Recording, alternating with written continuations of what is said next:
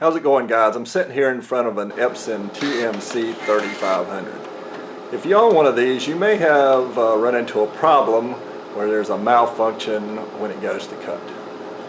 It sounds something like this. The solution to this problem is fairly easy. It really should be included in the owner's manual. I don't know why they keep it such a secret. But all you really need is a flathead screwdriver, a Phillips head screwdriver, a razor blade, and I use an alcohol swab pad. And it's really easy. And I'm going to show you the steps to do it and show you how we do it. This should fix your problem. The problem is basically that your blade has become gummed up due to glue residue getting stuck to it. So here's the way you fix it. Alright, so the first thing you want to do is remove or unsnap this little panel on the side and turn your printer off. Then open this door. Now with a Phillips head screwdriver, there's a screw right here on the left hand side. There's a screw right here, kind of below the cut button. And then over on the right hand side, about right here, right in the little indent where the door closes, there's another screw. And you just unscrew those. I've already taken them out because you've seen enough videos of people unscrewing screws. So you open up your door right here, okay? So what you want to do is, there's a panel that runs across the top here that has your screen on it. You just tilt it up and the bottom will unsnap, and then you just, it's a little bit, just sort of pry it up and it will pop out. Now on the back of this, there's a, which I can't really show you because of the angle here, but there you may be able to see that. There's a couple of these little tabs. When we go back in, what we're going to do is we're going to just sort of lift up on this and slide them right in. And if you line up the right hand side here, the thing will just pop in, and then you can just pop, but we'll get to that, and then you can just pop the bottom down. So once you get to this point, here's what you do.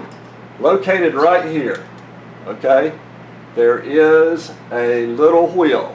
And what that wheel does is it's connected, I don't think it actually does anything itself, but it's actually connected to the gear that runs the blade. And the blade is a guillotine type blade. So I'm going to give you a little close-up of the wheel. I'm going to show you what to do with it. Okay, a little close-up here. This is where the wheel is, right here. Okay?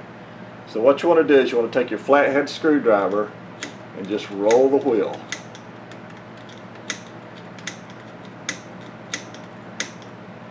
Now, I think there's a little round indentation, which I think is probably about the halfway mark, but you can sort of watch it. There's a metal sensor that comes right around at the beginning that you probably saw, and I imagine that's the top dead center of this thing. It probably clicks or... Alright, I don't know if you can see this or not, but hopefully I'm going to shine a light on it so you can see what's happening here. If you look down on the bottom, you see that silver thing? There's actually a little bit of hanging off of it right now. That's the blade. So what we're doing is we're manually lowering the blade on this. Okay? So I'm going to get it a little bit lower. So there's a little round circle, and I believe when that's at the top, you're as far down as the blade can go. Alright, now here's what we do. It's kind of a two-step deal. The first thing I do, now be careful because it is a blade. It doesn't seem to be that sharp. Let me get that off of there.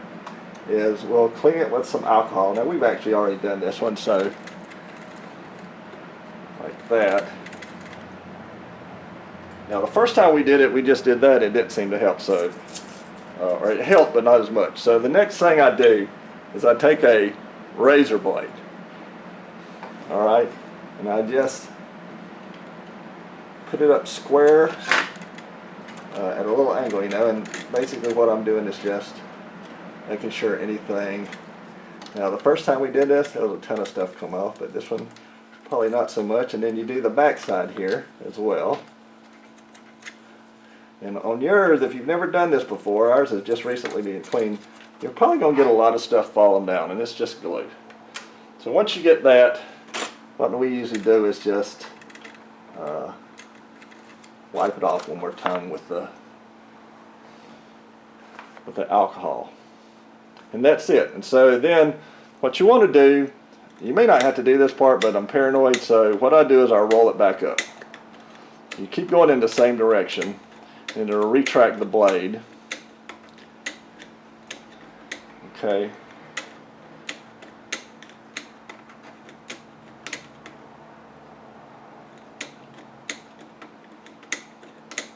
And I think where the little metal part deal, the little sensor is, I think that's probably top dead center. So that's what you do. Alright, once you have your blade clean, it's time to reassemble. So it's fairly simple. You sort of lift up on the housing a little bit so those little tabs can slide in.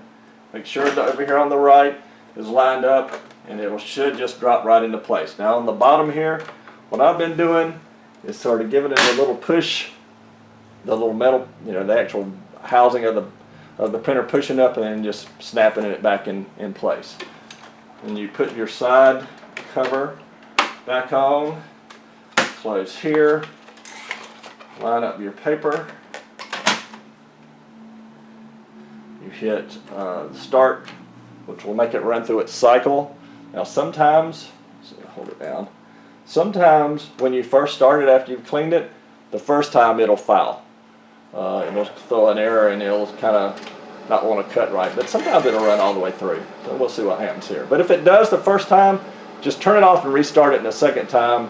You should be fine. And I think it's because the computer isn't picking up that sensor in the right place from that blade. That one did well. So a little test print here, make sure we're still working.